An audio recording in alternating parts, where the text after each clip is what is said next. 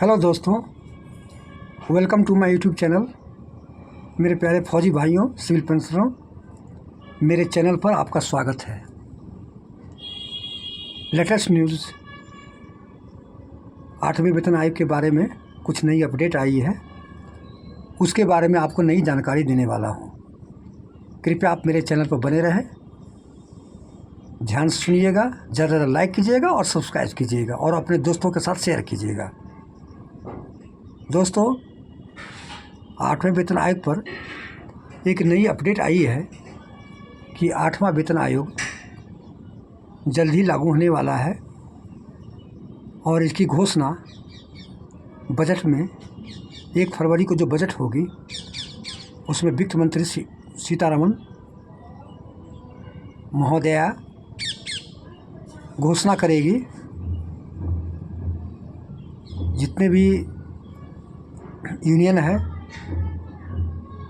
JCM है, सब वित्त मंत्री, प्रधानमंत्री और कैबिनेट सचिव के पास पत्र लिखे हैं और जोर शोर से मांग कर रहे हैं कि जल्द से जल्द 8वें वेतन आयोग की गठित की जाए।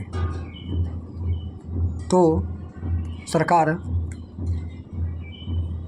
हो सकता है कि 1 फरवरी को जो बजट होगी उसमें घोषणा की जाएगी।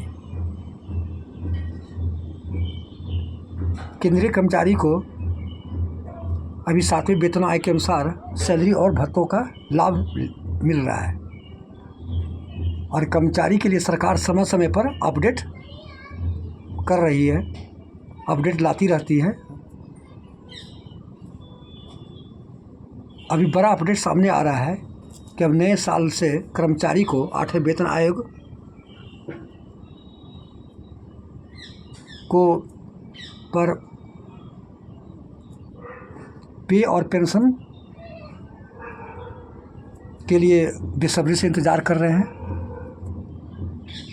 कर्मचारी 8वें वेतन आयोग का इंतज़ार कर रहे हैं, लेकिन घोषणा अभी तक नहीं हुई है। तो हो सकता है कि नई बजट में घोषणा होगी। यदि ये सरकार घोषणा करती है तो यह जनवरी 2026 से लागू हो सकता है, जिससे कर्मचारी और सैलरी और भत्तों में बम्पर इजाफा होने की उम्मीद है। दूसरा है कि जो 8वां वेतन आयोग घोषित होगा तो उसमें फिट मैन्युफैक्चर से तय होगी सैलरी और पेंशन। कर्मचारी को 8वें वेतन आयोग को बेसब्री से इंतज़ार कर रहे हैं। उम्मीद है कि बजट में घोषणा की जाएगी। अगर घोषणा होती है तो जनवरी 2026 से लागू हो सकता है। 8वें वेतन आयोग में फिट मैन्युफैक्चर 2.86 रहने का अनुमान है। यदि फिट मैन्युफैक्चर 2.86 से किया जाता है तो 18,000 से 52,000 रुपया पहुँच जाएगी। वही न्यूनतम पेंशन 9,000 से 25,000 से ऊपर जाने की उम्मीद है। तो दोस्तों, ये थी जानकारी कि आपको। दूसरी है कि 8वां वेतन आयोग क्या है। 8वां वेतन आयोग भारत सरकार का गठित एक समिति है जो केंद्र सरकार के कर्मचारियों को और पेंशन भोगियों को वेतन और भत्तों और पेंशन में संशोधन की सिफारिश करती है। यह आयोग हर 10 साल में गठित किया जाता है ताकि कर्मचारियों को वेतन और देश की आर्थिक स्थिति में सुधार आए। 8वें वेतन आयोग को प्रमुख प्रस्ताव है न्यूनतम वेतन 18,000 से 52,000 हो जाएगी। फिट मैन्युफैक्चर 2.86 का प्रस्तावित होगा। ये NCJCM की मांग है। यदि सरकार मान लेती है तो इसके अनुसार बढ़ भी सकता है, फिट मैन्युफैक्चर कम भी हो सकता है। ये अनुमान के अनुसार है। इससे पहले मैं आपको एक वीडियो बना कर दिए थे 2.28 के बारे में। लेकिन अभी ज़्यादा चर्चाएं 2.86 के बारे में हो रहा है। तो और लगभग यह पे मैट्रिक्स की गणना के अनुसार सरलता और पारदर्शी हो जाएगी। 8वें वेतन आयोग के तहत वेतन की गणना की तरीका ये है। फिटमेंट फैक्टर वर्तमान मूल वेतन में फिटमेंट फैक्टर 2.86 से गुना किया जाता है। महंगाई भत्ता में नए मूल वेतन और डीए को शामिल किया जाता है। अन्य भत्ते एचआरए टीए जैसे गणना मूल वेतन के आधार पर किया जाता है। ऑटोमेटिक यदि आपको पे और पेंशन बढ़ती होगी तो एचआरए हाउस रेंट अलाउंस और टीए ट्रांसफ़र अलाउंस बढ़ जाएगी। इम्प्लीमेंटेशन की प्रक्रिया आयोग का गठन सरकार द्वारा आयोग का गठन किया जाता है। सिफारिश आयोग अपनी सिफारिश सरकार को सौंपती है। फिर मंत्रिमंडल से कैबिनेट से मंत्रिमंडल की मंजूरी होती है। केंद्रीय मंत्रिमंडल उस सिफारिश को विचार करेगी और मंजूरी देगा। फिर गेजेट नोटिफिकेशन अधिसूचना सरकार नए वेतन 8वें वेतन आयोग का गजट नोटिफिकेशन जारी करेगी और जितने भी विभाग और डिपार्टमेंट है इसको गजट नोटिफिकेशन को हर एक डिपार्टमेंट में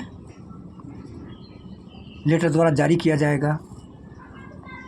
पेंशन बेनिफिट का बदलाव में है कि न्यूनतम पेंशन 9,000 से बढ़कर 25,000 से ऊपर लगभग चली जाएगी।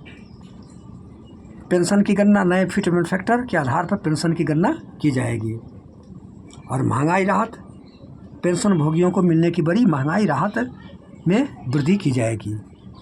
तो दोस्तों ये थी सारी जानकारी। कृपया आप ज़्यादा लाइक कीजिएगा और सब्सक्राइब कीजिएगा और प्रेस आइकन पर बटन दबाइए ताकि हमारे साथ जुड़े रहिएगा। तो आपको हम नई पे कमीशन के नई अपडेट की आपको जानकारी मेरे चैनल के द्वारा आपको मिल जाएगी। अब इसमें है कि चैलेंज इम्प्लीमेंटेशन सरकार के सामने में कुछ चुनौतियां भी आएगी, जिसमें वो चुनौतियां है कि वित्तीय बोझ सरकार पर अतिरिक्त वित्तीय बोझ का असर पड़ेगा। मुद्रास्फीति का भी बढ़ सकती है और असमानता जैसे निजी क्षेत्र और सरकारी क्षेत्र के वेतन में असमानता बढ़ सकती है। अब है कि अब 8वां वेतन आयोग होने पर देश की अर्थव्यवस्था पर क्या इफेक्ट पड़ेगा, क्या प्रभाव होगा।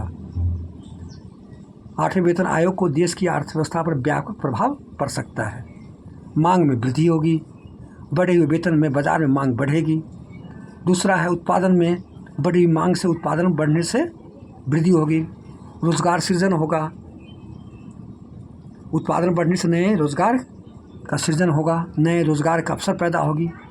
राजस्व में वृद्धि, अधिक आय से सरकार से राजस्व में वृद्धि होगी और जीडीपी में भी बढ़ोतरी होगी। ये देश की आर्थिक व्यवस्था होने पर। तो दोस्तों ये थी जानकारी। आप ज़्यादा लाइक कीजिए, सब्सक्राइब कीजिए और 1 फरवरी का इंतज़ार कीजिए। यदि 1 फरवरी में यदि घोषणा नहीं होगी तो सरकार किसी दूसरे फार्मूले रिक्वायर्ड फार्मूला या किसी के और फार्मूले के द्वारा आपको पे और पेंशन में संशोधन करेगी। तो आपको 1 फरवरी का इंतज़ार हम लोगों को करना पड़ेगा। तो ये दोस्तों मेरे फौजी भाइयों ये थी नई जानकारी। ज़्यादा लाइक कीजिएगा, सब्सक्राइब कीजिएगा। जय हिंद, जय भारत। Okay, thank you.